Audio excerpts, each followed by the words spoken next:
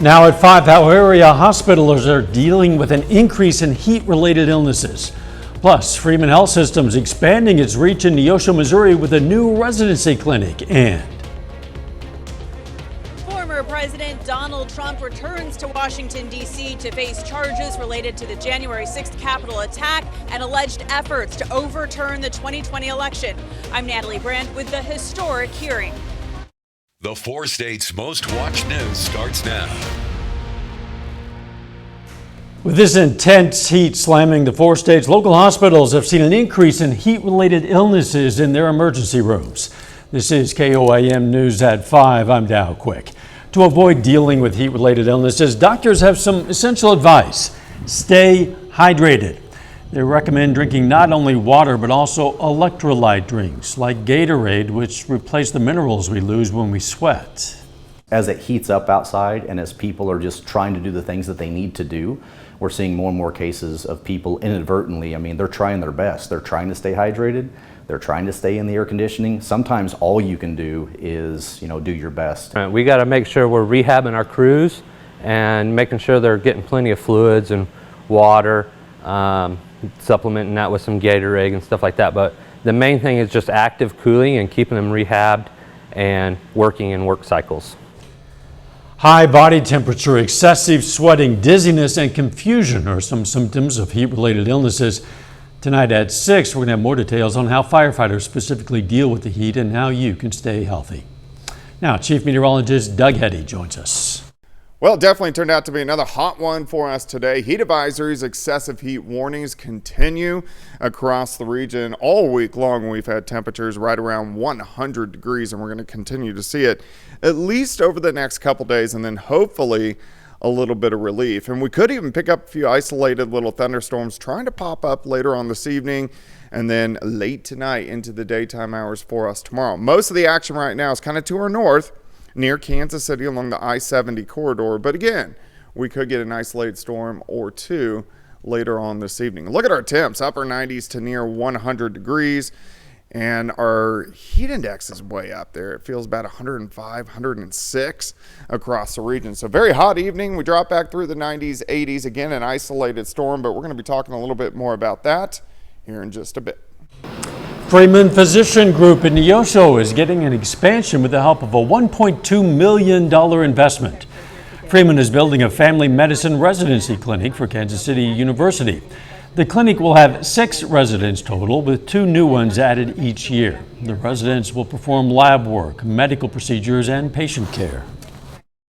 Finding a primary care provider is sometimes a very large challenge. They have transportation challenges, distance requirements, so they have great challenges finding primary care providers just because of the rural nature. As we bring, and have 6 residents here all the time, the likelihood of at least one of those choosing to stay is pretty high, and that pipeline is going to be ongoing. So it helps provide stability, and that's honestly one of the greatest barriers for rural medicine, is having physicians who are willing to work in those areas.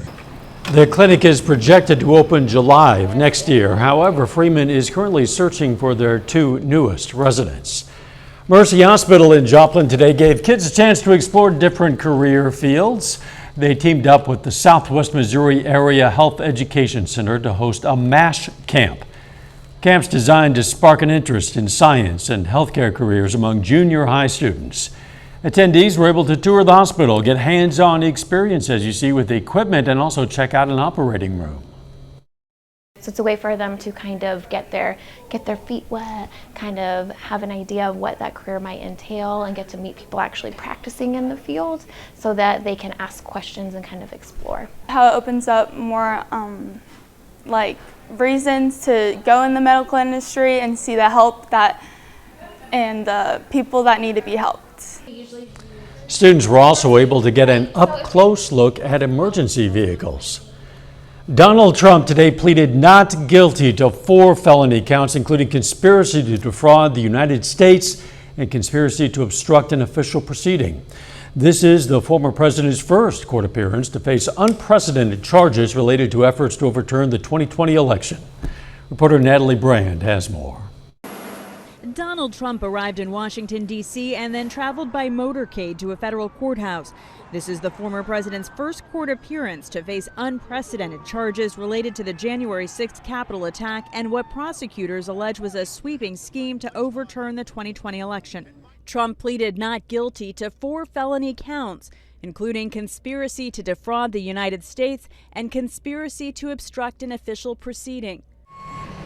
Outside the courthouse, security is tight. The city even pulling snowplows out of storage to bolster the fence line.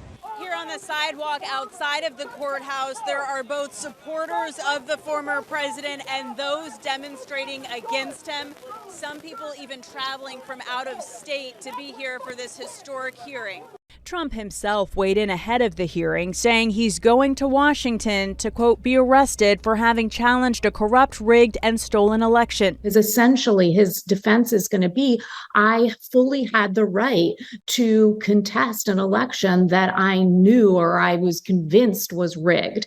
And so part of the challenge here is to prove that, no, this was in fact a fraud. Special counsel Jack Smith says he's seeking a speedy trial, but Trump's legal team has signaled they will seek delays as the former president now faces charges in 3 separate cases.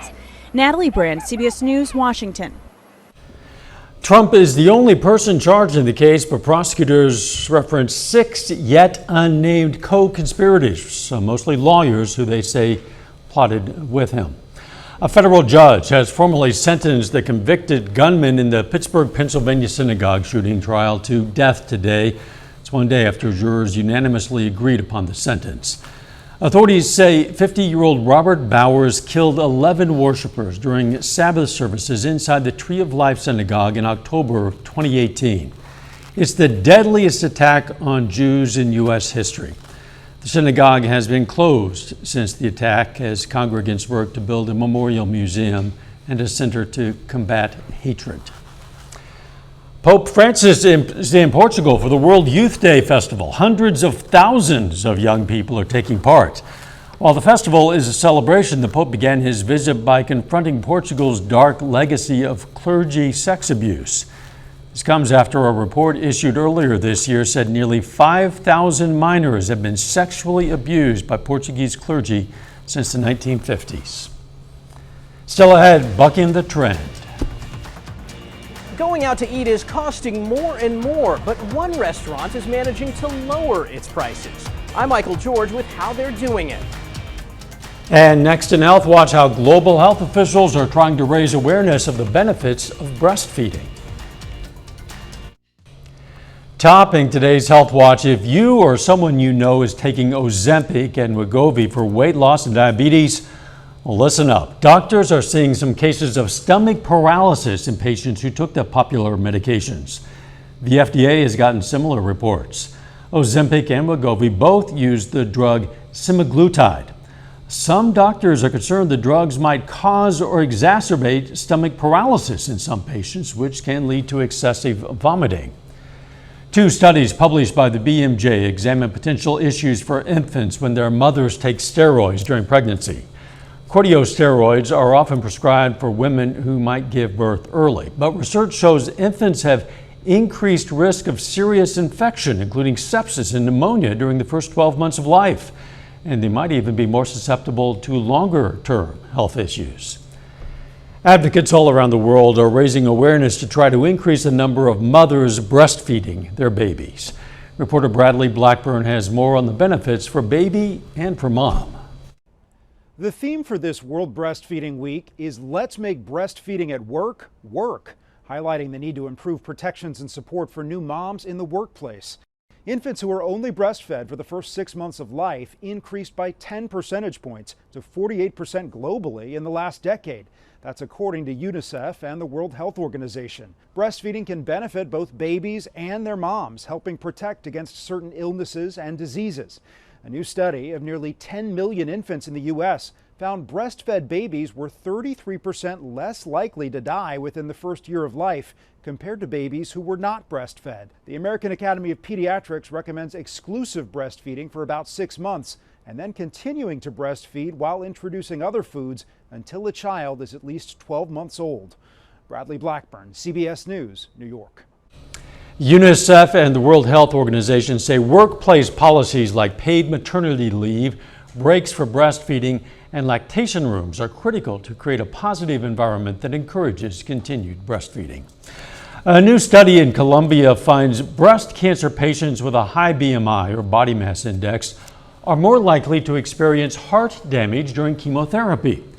Researchers found almost 12% of patients with weight issues suffered from cardiotoxicity when getting treatment for breast cancer. They recommend addressing obesity in cancer patients before beginning chemotherapy. And that is a look at today's health news. Doug is next with a complete look at the forecast, and later why the FDA is recalling thousands of boxes of a certain birth control pill.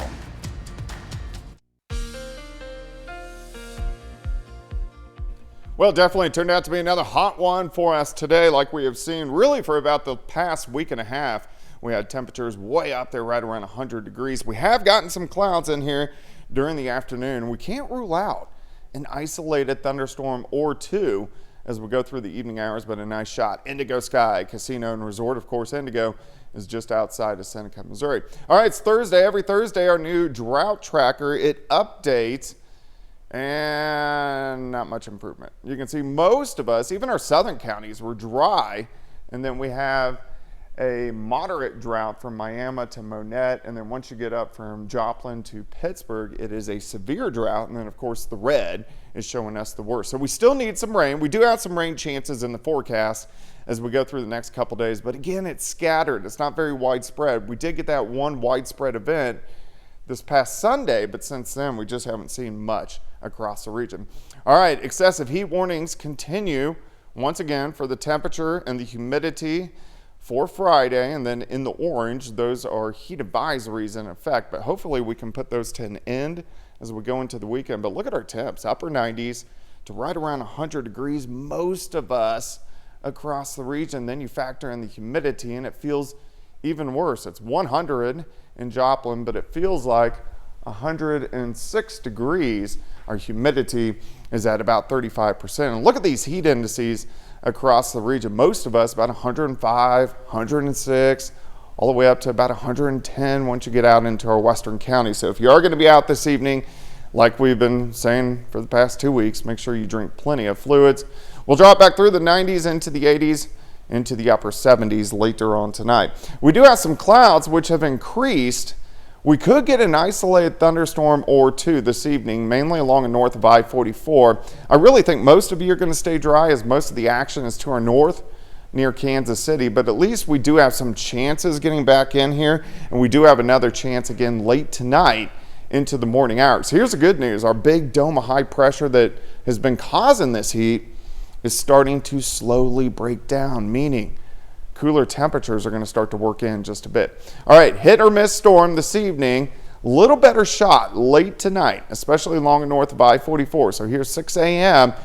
So some scattered thunderstorms to start the day. We'll have a lot of clouds kind of left over, and then we heat up right around 100 again as we get into the afternoon hours, and a very slight chance we could see an isolated thunderstorm again late tomorrow. Maybe a little bit better chance late tomorrow night and then heading into Saturday morning. Scattered thunderstorms and then breaking out, partly sunny skies again.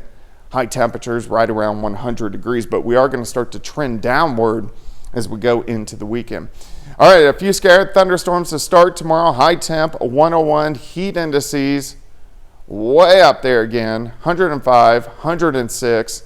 As we go through the next couple days. So an alert day again tomorrow, 101, 100 on Saturday, but look at this, Sunday, 95, looking pretty good, 90 on Monday, 80s by the time we head into Tuesday. It still stays hot, it just gets a little bit better, and we are going to have chances for hit and miss storms just about each and every day. We'll take a little bit better. Coming up, how a restaurant is bucking a nationwide trend and actually lowering its prices.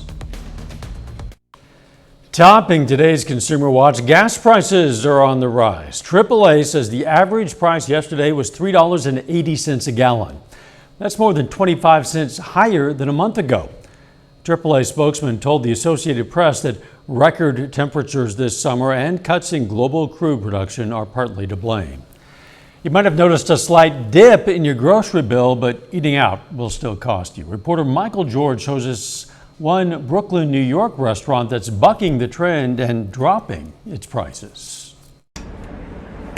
Morgan's Brooklyn Barbecue is shaving a little off the top. St. Louis pork ribs, we lowered the price on. We actually increased the size. This Texas-style barbecue with a Brooklyn flair now costs just a little bit less. How much are we talking about in terms of lowering the price?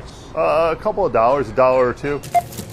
After seeing food, goods, and labor prices skyrocket during the pandemic, Morgan's owner, Matthew Glazier, says his costs on some items have finally come down, and he's passing along that savings to his customers. In order to get more customers in order to get customers to come back, there have to be some sort of value.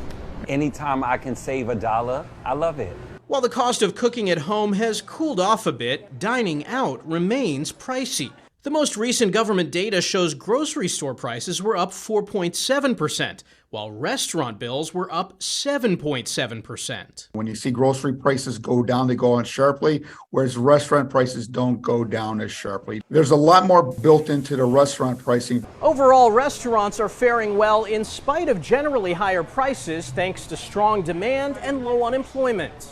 But some consumers are watching their wallets. Recent data from Revenue Management Solutions shows quick service traffic was down, with almost a third of consumers spending less on restaurants, and 1 in 3 of that group reducing their order size to save money. Morgan's customers say wherever you can get a deal, a buck is a buck. That's $1 extra, and it leaves you with a very positive experience.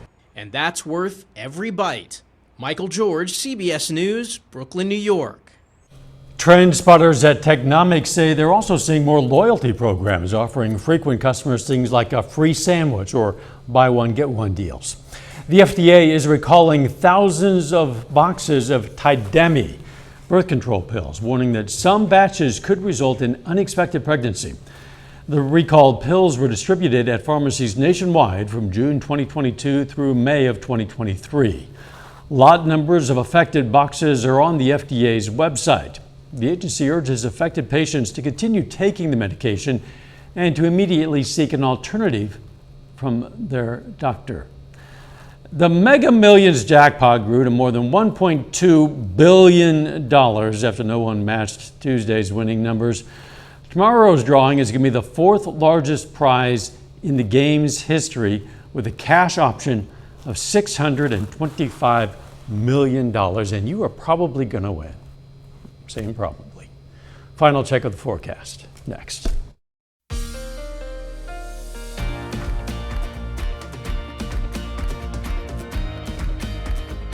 Up next on the CBS Evening News, more on today's arraignment of former President Donald Trump. Then on KOAM News at 6, we're going to have more on area hospitals seeing an increase in cases of heat-related illness. Plus, the Missouri Department of Transportation hosts a public meeting in Joplin to discuss transportation needs in the area. And a Columbus High School softball standout is staying local as she commits to play at the college level.